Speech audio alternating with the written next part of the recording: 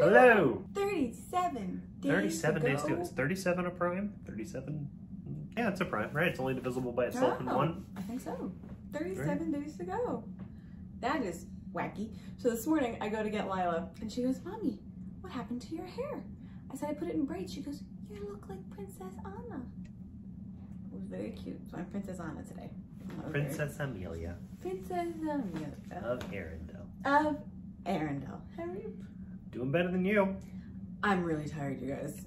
I had a crazy Charlie horse in my right calf in the middle of the night, and then I've just been tired like all day. You know, when you're nearing the end, you're just Spent. You're just spent. Well, you're growing. And then when you're running around after a little one and trying to work and do all this stuff, you just get like this. So I am sleepy. I have a very long teaching block later today, and so, starting shortly. starting very shortly. So we wanted to do this now. She's been moving a ton though. So every time I feel her move, I'm just like, oh, there we go. Hi, like everything's fine. I'm just a little worn out today, but I'm good. Oh, that feels nice. That feels nice. Oh, yeah. Oh, yeah. 5 weeks and 2 days. Daily development. Baby Rosenwalk is mostly developed, which means that at this point she is growing in a lot of the same ways as she would outside the womb. Which is crazy. Stay in there. Stay in the womb. She can come now or she can come at the end. She can't come in like 2 weeks. I feel like this is still too early. I wouldn't want her to come this early. We want her to at least reach 37 weeks. Yeah, of course. And I'm 35 weeks on Friday. So she needs to stay in it for a minimum of 2 more weeks, but hopefully she'll go all the way to due date. Expected delivery date. Yeah. Signs that your baby is hungry and full. It is wild. We've reached the point where they're giving the tips for after the fact. Outside. Yeah. The outside tips. Yeah. Lucky for you, your baby will give you plenty of clear signs that they're hungry and full, and we're here to help you learn them. Read more, ... So, something that a friend of mine sent me when I was expecting Lila. We need to rewatch We need to rewatch it. It was from Oprah back in like 94? No, it was much more recent 93? than that. It was like Really? 2011. No. I thought it was way earlier than that. I don't know. We'll have to relook at it. I'm gonna laugh when it's 2011. And who knows? It might be. There was this baby specialist, and she was on saying that all newborns have a universal language, no matter where they're from, no matter Language, race, anything. Yeah, gender. There are these 5 to 7 little noises that newborns make, and they all mean the same thing. She did these crazy, crazy studies. And net, it's at the very beginning of a cry. You really have to listen to it. And if you miss it, the baby stops doing it within a couple of weeks because it's not being reinforced. It's not being reinforced. But if it works, they'll keep doing it until they start babbling a little bit. And if at the beginning of the cry you hear a neh, a little neh, it means they're hungry. And it was wild because it worked. You said you were going to say, I'm going to try I wonder if one of the reasons why Lila is so good with language is because we communicated with her via that and reinforced it so early on in her life.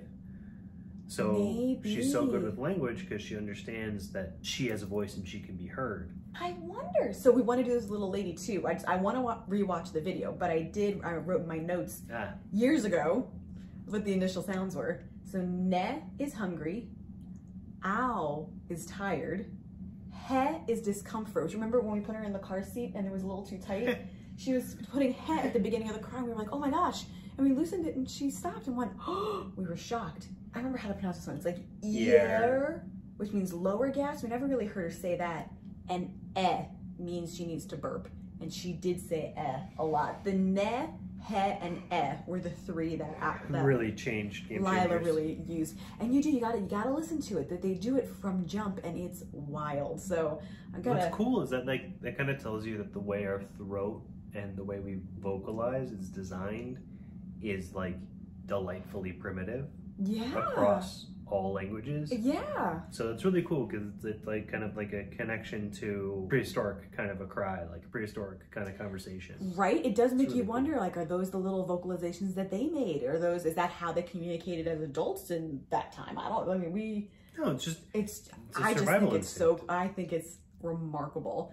And it floored us when we heard Lila doing it. We were like, no way. So I do. Went ge, or whatever, had more kids.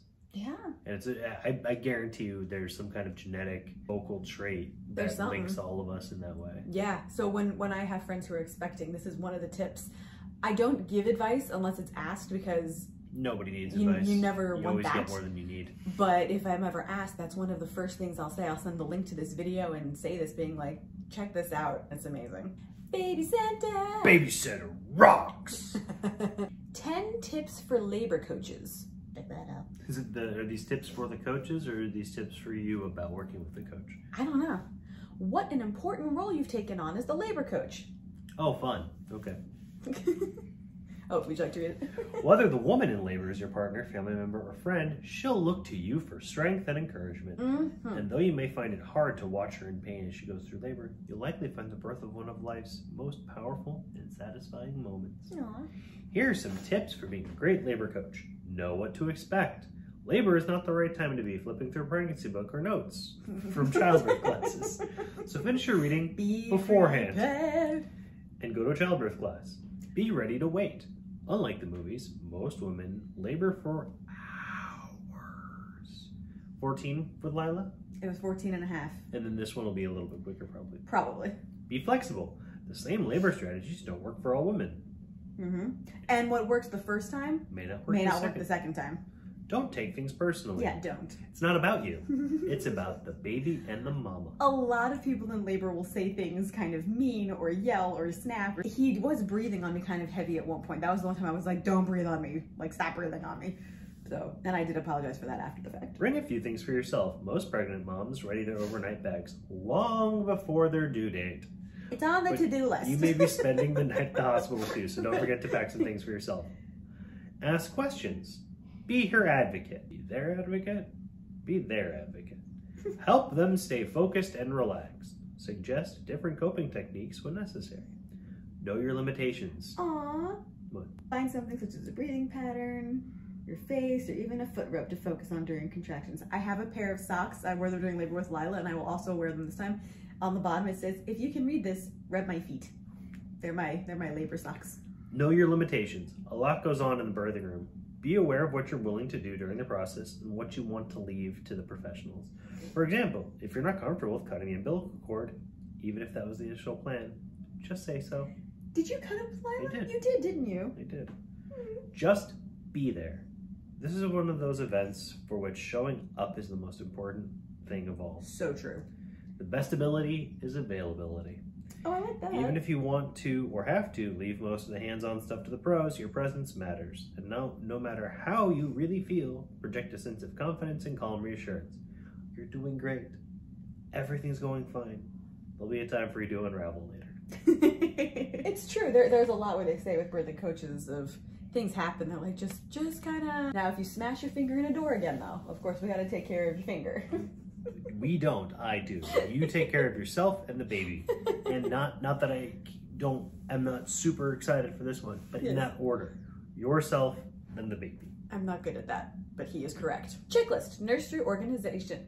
No, you don't need to read. You don't want to. That's even more pressure. Checklist, nursery organizers and storage. I'll read that one later on my own. 37 days to go.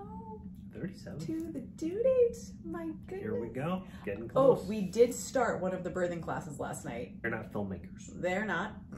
But we'll get through the course, and then we have to get through the other 2 courses. So we're just trying to get through a lesson a night, possibly even 2 lessons a night, depending on how timing goes, and just try to get through them so we've got them. We got some work we got to do And then today. We can review and, you know, be prepared. Be as prepared as we can. We can give a review of the birthing on the online birthing courses too. We totally can. When it's done, we absolutely will. Absolutely. Woo! Subscribe up here. Watch Diddy down here. Hit the like button and the bell for notifications. And send in those questions and comments. Please do. We might even answer them. We might. In the video. Ah. Bye.